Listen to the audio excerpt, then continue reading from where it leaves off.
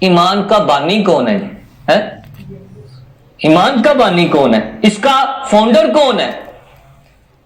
ہم بڑے اکڑ کر پھرتے ہیں جی میں یہ ایمان رکھتا ہوں، میں ایمان لایا ہوں، ہمارا یہ ایمان ہے، لیکن ہمارا کوئی ایمان نہیں ہے۔